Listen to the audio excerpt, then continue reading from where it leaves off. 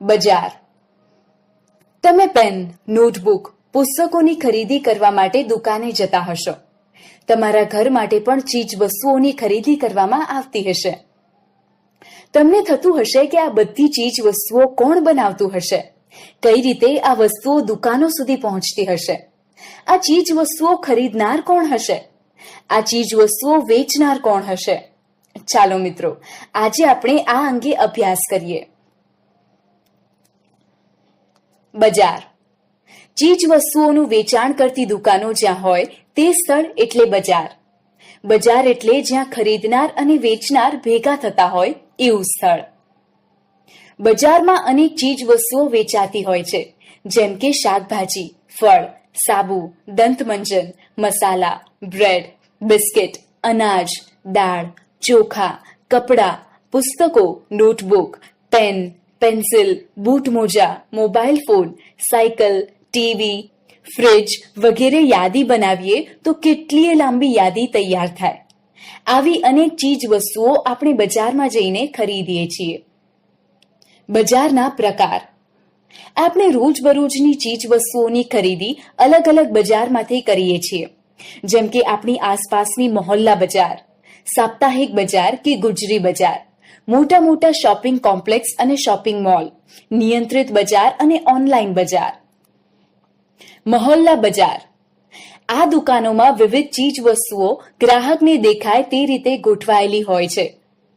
આપણે આપણા રોજિંદા ઉપયોગની વસ્તુઓ આપણી આસપાસની દુકાનોમાંથી ખરીદીએ છીએ, જેમ કે ડેરીમાંથી દૂધ, દહીં, છાશ, કરિયાણાની દુકાનેથી તેલ, મસાલા અને ગૃહ વપરાશની ચીજ વસ્તુઓ, સ્ટેશનરીની દુકાનેથી પેન, પેન્સિલ, નોટબુક, પુસ્તકો વગેરે, અને દવાની દુકાનેથી દવાઓની ખરીદી કરીએ છીએ. તેમજ રસ્તાની આજુબાજુએ નાની દુકાન કે રેંકડીઓમાંથી ફળ, શાકભાજી કે વાર તહેવારે રમકડા, પતંગ કે અન્ય વસ્તુઓ ખરીદીએ છીએ. આ દુકાનો આપણા ઘરની આજુબાજુમાં જ હોય છે. આપણી જરૂરિયાતના સમયે દિવસ દરમિયાન ગમે ત્યારે ખરીદી કરી શકીએ છીએ. આ દુકાનદાર તેમના નિયમિત ગ્રાહકોને ઉધારથી પણ વેચાણ કરે છે. ગુજરી કે સાપ્તાહિક બજાર. સાપ્તાહિક બજાર કોઈ એક નિશ્ચિત દિવસે જ ભરાતી હોય છે, એટલે એને સાપ્તાહિક બજાર કહે છે. કેટલાક વિસ્તારોમાં તેને હાટ કહેવાય છે. ઉદાહરણ, દર શનિવારે આ બજાર ભરાતી હોય તો શનિવારી બજાર. વેપારીઓ દિવસ દરમિયાન તેની વેચાણની ચીજ વસ્તુઓ લાવે છે અને સાંજ સુધીમાં દુકાન સંકેલીને જતા રહે છે. બીજા દિવસે કોઈ બીજી જગ્યાએ જઈને ત્યાં દુકાન લગાવે છે. દેશભરમાં અનેક જગ્યાએ આવા હજારો બજાર લાગે છે, જેમાં લોકો પોતાની રોજબરોજની ચીજ વસ્તુઓ ખરીદે છે. જરૂરિયાતની ઘણી વસ્તુઓ એક જ જગ્યાએથી મળી રહે છે. નાના વેપારીઓ તેમજ કારીગરોને રોજગાર મળી રહે છે. વેપારીને દુકાનનું ભાડું, વીજળી, વેરો, કર્મચારીનો પગાર વગેરે ખર્ચ થતો ન હોવાથી ચીજ વસ્તુઓ સસ્તા ભાવે વેચી શકાય છે. શોપિંગ કોમ્પ્લેક્સ અને મોલ. આપણી આસપાસની દુકાનો અને સાપ્તાહિક બજારો સિવાય મોટા શહેરોમાં બીજા બજારો પણ હોય છે. એક જ બિલ્ડિંગમાં એક સાથે કેટલીય અલગ અલગ પ્રકારની દુકાનો હોય છે, જેને શોપિંગ કોમ્પ્લેક્સ કહે છે. અલગ અલગ માળ ઉપર અલગ અલગ પ્રકારની વસ્તુઓ મળતી હોય છે, જેને મોલ કહેવામાં આવે છે, જેમાં આપણને નાની મોટી કંપનીની બ્રાન્ડેડ અને બ્રાન્ડ વિનાની વસ્તુઓ મળી જાય છે. મોટી કંપનીઓ જાહેર ખબરો દ્વારા ઊંચી ગુણવત્તાની જાહેરાતો કરીને આ બ્રાન્ડેડ વસ્તુઓ ઊંચા ભાવે આવા મોટા શોરૂમમાં વેચતી હોય છે, જેની કિંમતો વધુ હોવાથી અમુક લોકો જ આવી વસ્તુઓ ખરીદી શકે છે. ગ્રાહકને કેન્દ્રમાં રાખીને દુકાનો સજાવવામાં આવે છે. વિવિધ બ્રાન્ડની અનેક વસ્તુઓ એકસાથે વેચાતી હોય છે, જેથી ગ્રાહકને પસંદગીની તક રહે છે. વાતાનુકૂલિત મોલમાં ગ્રાહક પોતાનો પૂરતો સમય આપીને વિશેષ છૂટ મળતી હોય તેવી વસ્તુઓ ખરીદી શકે છે. ગ્રાહકને વસ્તુની છાપેલ કિંમત પર વિશેષ વળતર આપવામાં આવે છે. ગ્રાહક કાઉન્ટર ઉપર રોકડ, ક્રેડિટ કાર્ડ કે ડેબિટ કાર્ડ નેટ બેન્કિંગથી ચૂકવણું કરી શકે તેવી વ્યવસ્થા હોય છે. નિયંત્રિત બજાર. કૃષિની સફળતામાં સારું ઉત્પાદન મેળવવા ઉપરાંત સારી બજાર વ્યવસ્થા હોવી પણ એટલી જ જરૂરી છે. આઝાદી પછીના તબક્કામાં ખેત ઉત્પાદનના વેચાણની ચોક્કસ વ્યવસ્થા ન હોવાને લીધે ખેડૂતોનું શોષણ થતું હતું. તે રોકવા માટે સરકારે નિયંત્રિત બજાર એટલે કે માર્કેટિંગ યાર્ડની વ્યવસ્થા કરી. ખેડૂત પાક વેચાણમાં ગેરરીતિઓના ભોગ ન બને અને તેમના ખેત ઉત્પાદનના વ્યાજબી ભાવો ઉપજે અને તે રીતે તેઓ આર્થિક સમૃદ્ધ બને તે માટે ગુજરાતના વિવિધ તાલુકા મથકે ખેતીવાડી ઉત્પન્ન બજાર સમિતિઓની સ્થાપના કરવામાં આવેલ છે, જેમાં ખેડૂતોની ખેત પેદાશોનું જાહેર હરાજીથી વેચાણ કરવામાં આવે છે. વેપારીઓનું નૈતિક ધોરણ જળવાય છે. ભાવ નિર્ધારણમાં પારદર્શિતા વધે છે. ખેડૂતોને તેના ખેત ઉત્પાદનના વધુ સારા ભાવ મળી શકે છે. વેપારીઓને ચોખ્ખો અને સારો માલ એક જ જગ્યાએથી પૂરતા પ્રમાણમાં મળી રહે છે. વિવિધ સેવાઓ જેવી કે બેન્કિંગ, ધિરાણ, વીમો, ગોદામ, અન્ય સુવિધાઓનું નિર્માણ વગેરેની અમલવારી અસરકારક રીતે થાય છે. રેડિયો, વર્તમાનપત્ર, ટીવી તથા ઓનલાઈન મોબાઈલ ફોન પર ખેડૂતોને ખેત પેદાશના દૈનિક બજાર ભાવ મળી રહે છે. ખેડૂતને માર્કેટિંગ યાર્ડમાં રાત્રિ રોકાણ નિવાસની સુવિધા, તેના પાકને સંગ્રહ કરવા ગોડાઉન વગેરેની સગવડ મળે છે. ઓનલાઈન બજાર. હવેના સમયમાં ઓનલાઈન શોપિંગનું પ્રમાણ વધી રહ્યું છે. બજારમાં ગયા વિના જ આપણા કમ્પ્યુટર, મોબાઈલ ફોન કે ટીવી પરથી ડિજિટલ પેમેન્ટ કરીને સીધી જ ખરીદી કરી શકીએ છીએ. ઓનલાઈન શોપિંગ માટે અનેક કંપનીઓ ગ્રાહકોનું સીધું જ વેચાણ કરતી હોવાથી વધુ વળતર આપીને બજાર કરતાં સસ્તા દરે વસ્તુઓ વેચી શકે છે, જેના લીધે તેનો ઉપયોગ વધુ ને વધુ થઈ રહ્યો છે. તમે પણ ઓનલાઈન ખરીદી કરી જ હશે. આમ હવે બજાર આપણા ઘરમાં કે આપણા હાથમાં આવી ગયું છે એમ કહી શકાય. ઓનલાઈન ખરીદીમાં સાવચેતી રાખવી જરૂરી છે, અન્યથા છેતરપિંડીનો ભય રહે છે. બજારની આજુબાજુ. આપણે ચીજ વસ્તુઓ ખરીદવા જઈએ છીએ એવા વિવિધ પ્રકારના બજાર વિશે અભ્યાસ કર્યો. તમને થતું હશે કે આ બધા દુકાનદારો તેમની દુકાનો માટેનો માલ સામાન ક્યાંથી ખરીદતા હશે. ચીજ વસ્તુઓનું ઉત્પાદન કારખાના, ગૃહ ઉદ્યોગો, ઘરો અને ખેતરોમાં થાય છે, પરંતુ આપણે સીધા જ કારખાના કે ખેતરમાંથી ચીજ વસ્તુઓ ખરીદતા નથી. જે વેપારી મોટા પ્રમાણમાં ખેતર અને કારખાના કે ઘરોમાં ઉત્પાદિત થતો માલ સામાન ખરીદે છે તેમને જથ્થાબંધ વેપારી કહે છે. તેઓ આ માલ સામાન નાના વેપારીઓ કે દુકાનદારોને વેચે છે. આમ આ ખરીદી અને વેચાણ કરનાર બંને વેપારી જ હોય છે. આપણે જે દુકાનદાર કે વેપારી પાસેથી વસ્તુઓ ખરીદીએ છીએ તેને છૂટક વેપારી કહે છે. ખેતરમાં ઉત્પાદિત થતી ખેત પેદાશના વધુ ઉત્પાદન માટે ખેડૂત રાસાયણિક ખાતરનો ઉપયોગ કરે છે. આ ખાતર કેટલીક દુકાનોમાંથી ખરીદવામાં આવે છે. આ દુકાનદાર કારખાનામાંથી ખાતર ખરીદતા હોય છે. એવી જ રીતે મોટર કારમાં વપરાતા વિવિધ ભાગ નાના નાના કારખાનામાં બનતા હોય છે. કારની કંપનીઓ તેને ખરીદીને તે ભાગોને જોડીને કાર બનાવે છે. તેની બનાવેલ મોટર કાર આપણે શોરૂમમાં ખરીદતા હોઈએ છીએ. આમ આપણી આસપાસ અનેક ચીજ વસ્તુઓ બનાવીને તેનું ખરીદ વેચાણ થતું હોય છે, જેનાથી આપણે અજાણ હોઈએ છીએ. બજારમાં સમાનતા. આપણે આપણી આસપાસના બજાર વિશે જાણ્યું. કારખાના કે ખેતરમાં ઉત્પાદિત થયેલ માલ સામાન વેચનાર અને છેલ્લે એનો ખરીદનાર ગ્રાહક વચ્ચે બધા વેપારીઓ છે. આપણે ગુજરી બજારથી મોલ સુધીની દુકાનો અને દુકાનદારોની માહિતી મેળવી. આ બંને દુકાનદારો વચ્ચે એક મોટો ફરક છે. એક થોડા પૈસાથી છૂટક વેપાર કરનાર નાનો દુકાનદાર છે અને બીજો તેના મોલ કે કોમ્પ્લેક્સમાં વધુ નાણાં રોકનાર મોટો દુકાનદાર છે. નાનો દુકાનદાર ખૂબ ઓછું વળતર મેળવી શકે છે, જ્યારે મોટો દુકાનદાર વધુ નફો મેળવે છે. તેવી જ રીતે ખરીદનાર વર્ગમાં પણ વિવિધતા છે.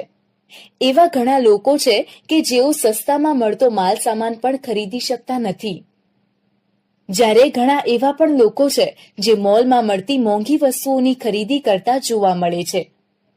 આમ આપણી આર્થિક સ્થિતિના આધારે આપણે કયા બજારના ખરીદનાર કે વેચનાર બનીશું તે નક્કી થતું હોય છે. ગ્રાહક તરીકે આપણે આપણી આસપાસ ક્યારેક મોટી ઉંમરની વ્યક્તિઓને નાની મોટી ચીજ વસ્તુ વહેંચતા જોઈએ છીએ. આવા વૃદ્ધ પુરુષ કે મહિલાની ઉંમર આરામ કરવાની હોવા છતાં તેઓ ગરીબી કે મજબૂરીને કારણે રસ્તાની આજુબાજુ વસ્તુઓનું વેચાણ કરતા જોવા મળે છે. આવા સમયે આપણે દુકાન કે મોલમાંથી વસ્તુ ખરીદવાને બદલે આવી જરૂરિયાતવાળી વ્યક્તિ પાસેથી વસ્તુ ખરીદીને તેને મદદરૂપ બનવાની જરૂર છે. બજારમાં ગ્રાહક. ગ્રાહક એટલે જે પોતાના ઉપયોગ માટે ચીજ વસ્તુ ખરીદે અથવા સેવા મેળવે તે વ્યક્તિ. આજે દરેક વ્યક્તિ કોઈને કોઈ રીતે ગ્રાહક છે. પૈસા આપીને વસ્તુ કે સેવા ખરીદનાર ગ્રાહક કહેવાય છે. ઉદાહરણ તરીકે તમે સાબુ, તેલ, બિસ્કિટ, અનાજ કે અન્ય વસ્તુ ખરીદી અથવા મોબાઈલ ફોન રિચાર્જ, વીમો, ટ્રેન ટિકિટ બુકિંગ વગેરે સેવા મેળવો તે તમામ ગ્રાહકની વ્યાખ્યામાં આવે છે. વિશ્વમાં સૌથી વધુ ગ્રાહકો ભારતમાં છે. ભારત દુનિયાનું સૌથી મોટું બજાર ગણાય છે. ગ્રાહક પોતાની જીવન જરૂરિયાતની અને મોજ શોખની વસ્તુઓ બજારમાંથી ખરીદે છે. ગ્રાહક તરીકે તેને વસ્તુની ગુણવત્તા, કિંમત, વસ્તુની પસંદગી અને નાણાંનું પૂરેપૂરું વળતર મેળવવાનો અધિકાર છે. ગ્રાહકને સારી ગુણવત્તાની વસ્તુ મળી રહે તે માટે સરકારે વિવિધ વસ્તુઓના માપદંડ નક્કી કરેલ છે. ખાસ પ્રકારના માર્કાવાળી વસ્તુઓનું વેચાણ કરવામાં આવે છે.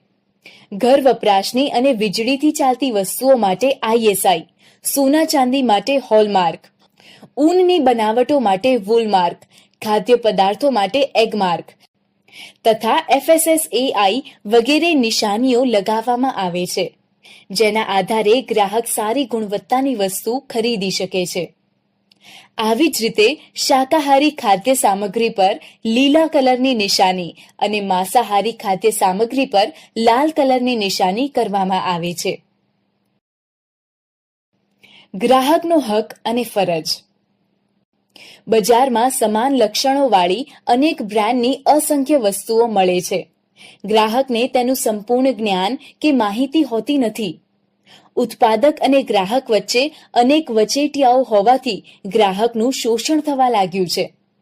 ગ્રાહકોને છેતરપિંડીથી બચાવવા માટે ગ્રાહક સુરક્ષાનો કાયદો અમલમાં છે.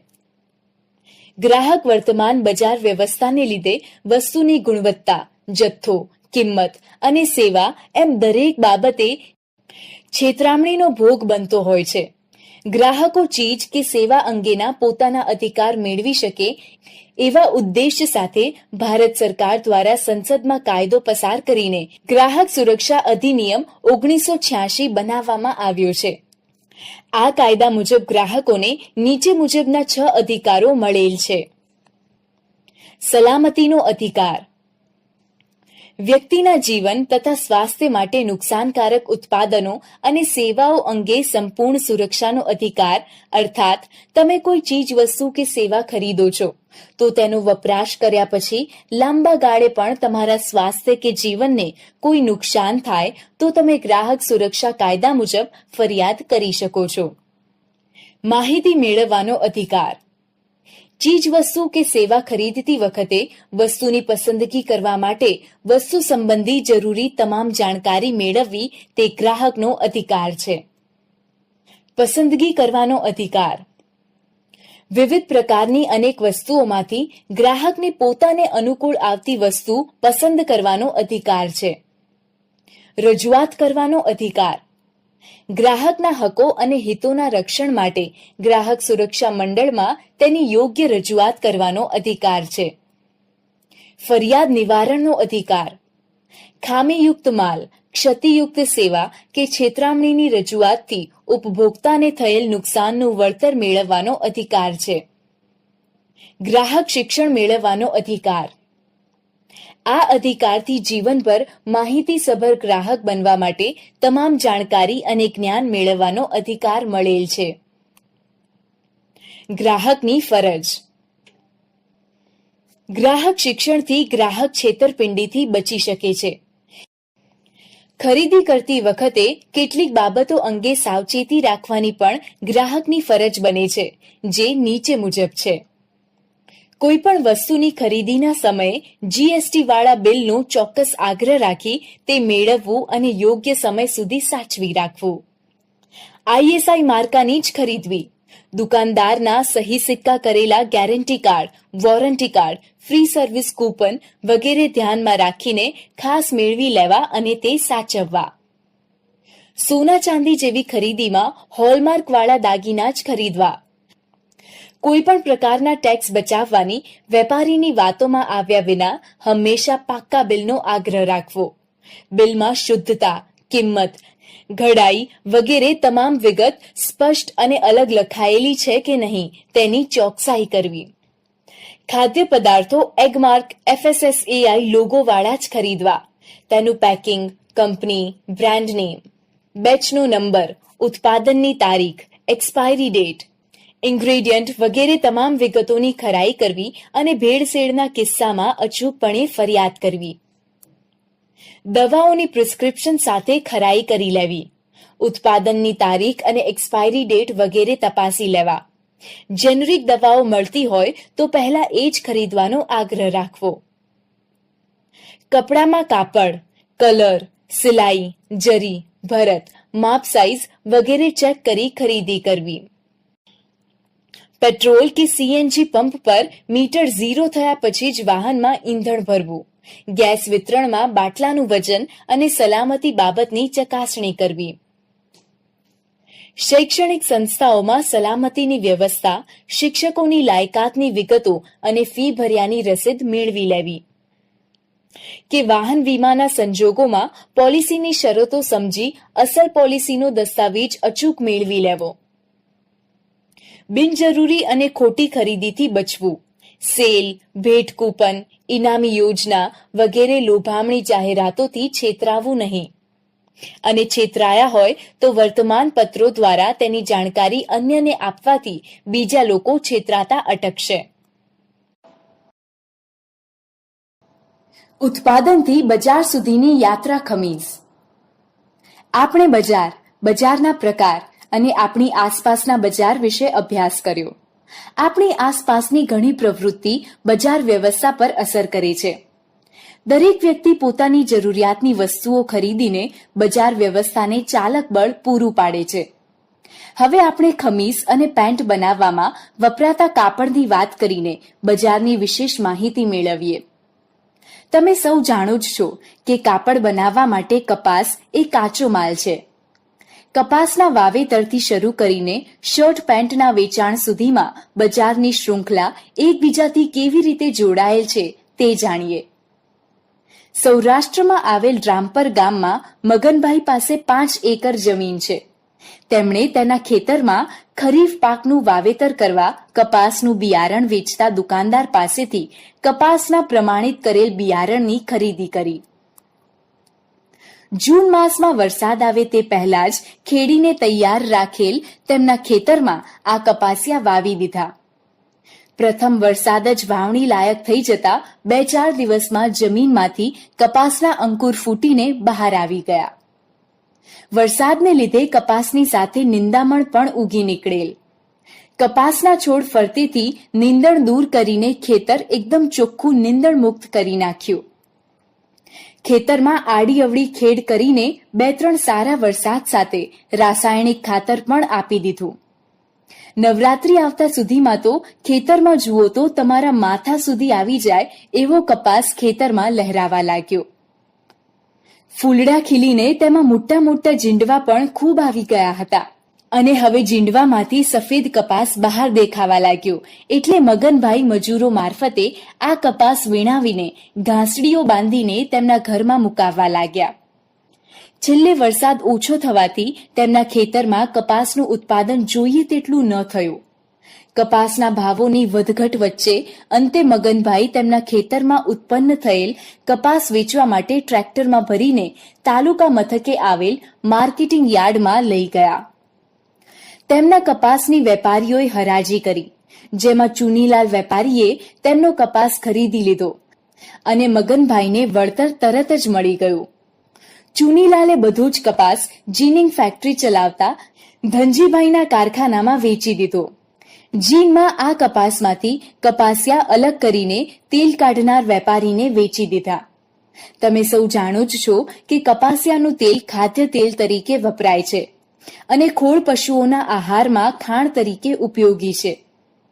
જીનિંગ મિલના માલિકે રૂની ઘાસડીઓ દોરા બનાવતી સ્પિનિંગ મિલમાં મોકલી આપી. આ દોરાને અમદાવાદની એક કાપડ મિલે કાપડ બનાવવા ખરીદી લીધા, જેમાંથી તૈયાર થયેલ કાપડના તાકા કલર કરતી ડાઇંગ મિલમાં કલર કરવા મોકલી આપ્યા. આ કાપડને વસ્ત્રો બનાવતી ફેક્ટરીમાં અલગ અલગ માપનું કટિંગ કરીને તેની સિલાઈ કરીને તૈયાર ખમીસ અને પેન્ટ બનાવી, તેને લેબલ લગાવી બોક્સમાં પેક કરીને જથ્થાબંધ વિદેશ નિકાસ કરવામાં આવ્યા અને બજારમાં પણ વેચવામાં આવ્યા. આપણા શહેરમાં આવેલ શોરૂમના વેપારી આ પેન્ટ શર્ટ ખરીદી લાવે છે અને તેમની પાસેથી આપણે પેન્ટ શર્ટ ખરીદીએ છીએ. કપાસથી શર્ટ પેન્ટ બનવા સુધીની સફરમાં આપણે જોયું કે કાચા માલમાંથી તૈયાર થઈને વસ્તુ કેટલા બધા લોકો પાસેથી પસાર થઈને છેક ગ્રાહક સુધી પહોંચે છે અને તેમાં જોડાયેલા દરેકને તેમાંથી ઓછા વધુ પ્રમાણમાં વળતર મળે છે. આપણે રોજબરોજની ચીજ વસ્તુઓ બજારના માધ્યમથી મેળવીએ છીએ. આ બજાર અનેકને રોજગારી પણ આપે છે. રોડ રસ્તા, પરિવહન, બેન્કિંગ અને સંદેશા વ્યવહારની સુવિધાઓને લીધે બજાર વ્યવસ્થામાં ક્રાંતિ આવી છે. વિશ્વમાં દેશો પરસ્પર વેપાર દ્વારા જોડાયેલ છે. આપણી આસપાસના બજાર અને ઓનલાઈન બજાર દ્વારા આપણે વૈશ્વિક બજાર સાથે જોડાયેલા રહીએ છીએ. આમ વર્તમાન સમયમાં સમગ્ર વિશ્વ એક બજાર છે.